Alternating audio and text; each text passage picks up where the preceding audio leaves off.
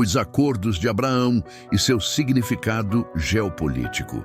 Os Acordos de Abraão, assinados a partir de 2020, representam um marco histórico na diplomacia do Oriente Médio. Sob mediação dos Estados Unidos, Israel firmou relações diplomáticas com os Emirados Árabes Unidos, Bahrein, Sudão e Marrocos. Trata-se de um feito significativo, pois historicamente muitos países árabes se recusavam a reconhecer Israel como um Estado legítimo, devido ao contínuo conflito israelense-palestino. O nome Acordos de Abraão é simbólico. Abraão é uma figura central para as três religiões monoteístas, judaísmo, cristianismo e islamismo, sendo reconhecido como patriarca e exemplo de fé. Ao nomear os tratados dessa forma, busca-se promover a ideia de que povos com uma ancestralidade espiritual comum podem superar divisões históricas e culturais. No entanto, há mais do que intenções diplomáticas ou econômicas em jogo aqui. Embora os acordos tenham sido amplamente elogiados, também geraram críticas. Muitos apontam para a ausência de uma solução para a questão palestina, que permanece um tema central no conflito do Oriente Médio. Essa lacuna fez com que alguns classificassem os tratados como uma paz incompleta, mais focada em interesses estratégicos e econômicos do que na resolução de questões humanitárias profundas. Geopoliticamente, os Acordos de Abraão sinalizam uma mudança.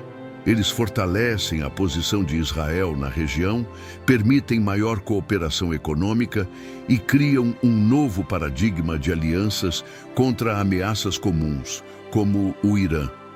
No entanto, ao mesmo tempo, levantam questões profundas sobre a estabilidade a longo prazo e como esses tratados se alinham às profecias bíblicas sobre os últimos tempos. A perspectiva bíblica sobre alianças e profecias. Na Bíblia, alianças e tratados possuem significados profundos. O conceito de aliança é central, com a primeira grande aliança sendo feita entre Deus e Abraão, conforme registrado em Gênesis 12, 15 e 17.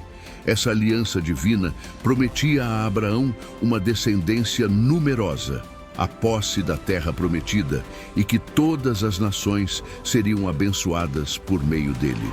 No entanto, as Escrituras também alertam sobre pactos feitos pelos homens que contradizem a vontade divina. Em Daniel 9:27 é mencionado um pacto que será firmado nos últimos dias, envolvendo muitas nações.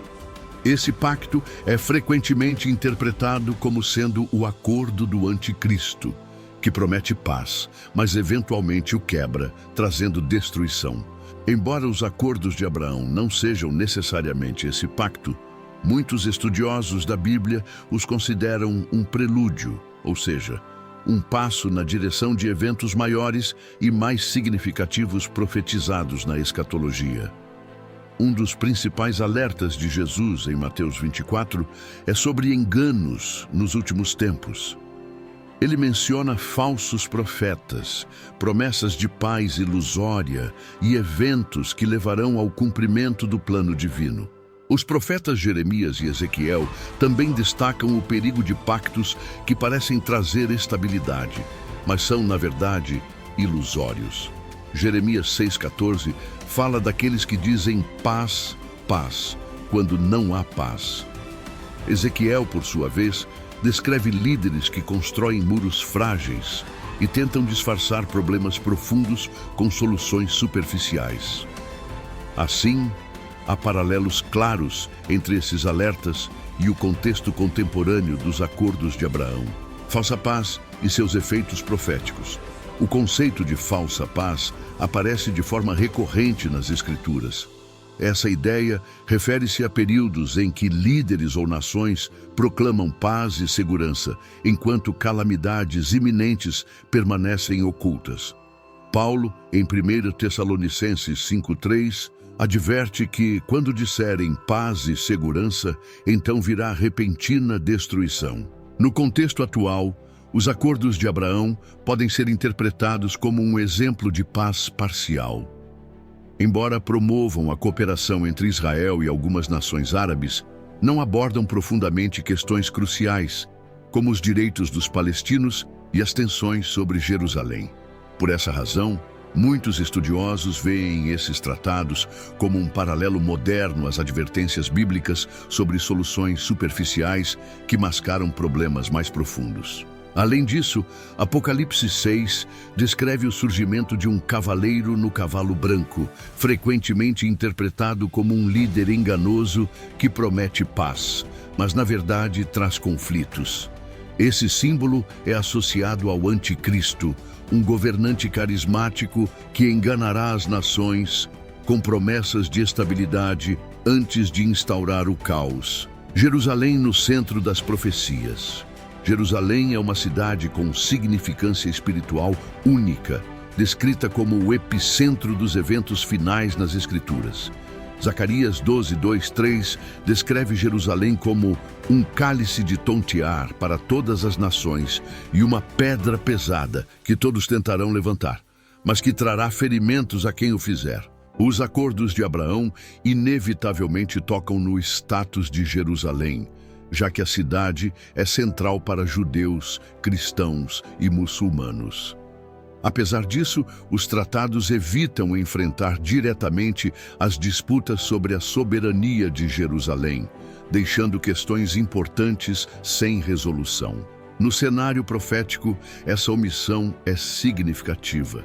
Muitos acreditam que os esforços de paz que ignoram Jerusalém ou tentam tratá-la como uma questão secundária são condenados ao fracasso. A Bíblia é clara ao afirmar que Jerusalém será um ponto focal dos conflitos dos últimos tempos, com batalhas espirituais e geopolíticas culminando na segunda vinda de Cristo. Como os acordos de Abraão se encaixam na escatologia?